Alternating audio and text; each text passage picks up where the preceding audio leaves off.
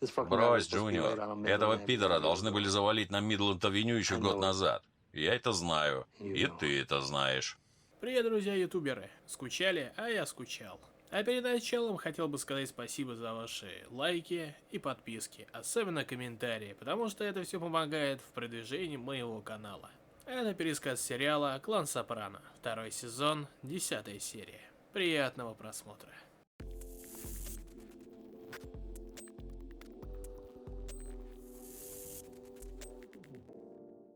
Добродушный гражданин сидит в полицейском участке, потому что его позвали как свидетеля происшествия, где застрелили паренька.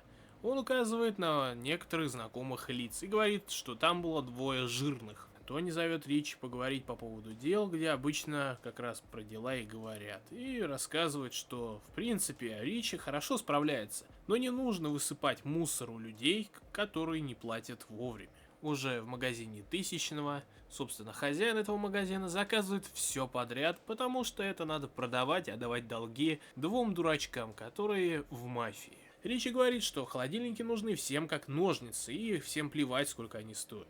Тони говорит сыну, что недавно посмотрел видео, которое называется «Гачи Мучи». Но служанка Полечка говорит, что пришли люди из полиции, точнее из ФБР. А еще точнее, они уже стоят в доме, потому что дура их впустила. Там его спрашивают, не знает ли он что-нибудь про Бебелякву, это которого Тони вместе с Пусси застрелили совсем недавно. Но тот шлет их нахер, говорит, чтобы забирали мусор вместе с собой. Друг ФБРовец наконец-то дождался Пусси, который особо даже и не спешил, и говорит, что он тоже посмотрел фильм про Гачи Мучи, точнее даже не фильм, а отрезок. Он посмотрел полную версию, и если этот жирный дурачок не будет сотрудничать, то же самое будет и с ним, потому что есть свидетель, который видел двух жирных, один жирнее другого, которые убили пацана и убегали. Если ты что-нибудь Пусси знаешь, тебе пиздец. Если ты знал и не сообщил, тебе пиздец. С хреновым настроением Тони приходит к адвокату, который говорит, что если бы на твою задницу что-нибудь было у них, то ты бы уже покупал бы вазелин по дешевке и в больших количествах. Жена Тысячного помогает Кармеле по дому. Также туда приезжает уже и ее брат. Его зовут Виктор. Я лично буду называть его Душитель. Между Душителем и Кармелой вспыхивает классная искра. Они друг друга разглядывают и даже уже не слышат того, что с ними стоит третий человек. Но сестра говорит Душителю, чтобы он даже не думал, потому что ее муж бандит.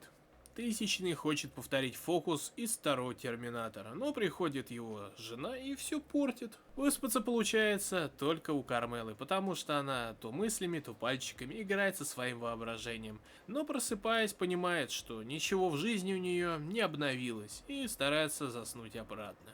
Поли говорит Тони, что был свидетель, ему так сказали его друзья из полиции. И надо что-то делать, потому что если есть свидетель, то дело уже в принципе двигается, и скоро будет очень плохо. Форио говорит, что надо бежать. Кстати, напишите в комментариях, как бы вы поступили на месте Тони, свалили бы куда-нибудь с деньгами или остались ждать того, что к вам придут ребята по соседству и принесут железные варежки. Но Тысячный начинает возникать, что судебные приставы опять посылают ему письма, и он уже скоро будет банкротом, и банк заберет у него все. Кармела позвала жену Тысячного, чтобы что-нибудь побольше узнать про ее брата. И оказывается, что Душитель действительно спрашивал и про Кармелу, и про ее жизнь. По приходу сын Тони рассказывает, что он все-таки посмотрел все это видео про Гачи Мучи, и ему особо не понравилось.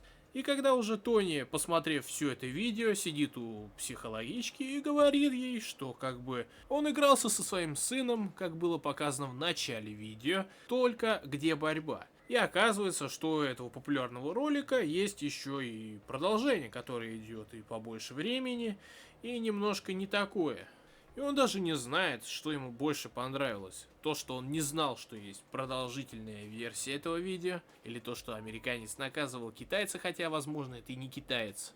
и начинает сомневаться во всем мире вокруг, особенно после того, как он с самого начала и до самого конца, зная, что происходит больше, чем с середины, посмотрел это видео, а потом еще начал думать, понравилось ему это или нет. И тут он также забыл, что ему грозит большой тюремный срок, как Поле ему напоминает об этом, и плюс рассказывает, что кто этот человек-свидетель выяснить не получилось, но какой-то гражданин. Тони понимает, что скоро придется искать дешевый вазелин. Приходит к адвокату, который ничего ему не говорит, потому что сам не знает. Дает ему деньги на хранение и думает, что скоро хранение ему понадобится. Набухавшись, разговаривает с его дочерью, с Мэдоу, как у нее дела, как у нее половая жизнь, как у нее учеба, как у нее прошел детский сад, и понимает, что ни хрена про свою дочь не знает, потому что ему было глубоко плевать. Кармела сосется с душителем и чуть ли даже не долбится, но душитель убегает, хотя Кармела была не против. Ричи говорит, что жирного Тони надо гасить. Джуниор говорит, что это не надо говорить в его доме, и тем более при нем, это его родственник. А Мэдоу приходит к бабушке, как бы узнать, как у нее дела, и одновременно спросить у нее денег. Душитель решил позвонить в этот же день Кармеле, чтобы извиниться за тот поцелуй, но извиняться Кармела говорит незачем, потому что ей понравилось. И она ждет его, чтобы он клеил обои у них дома.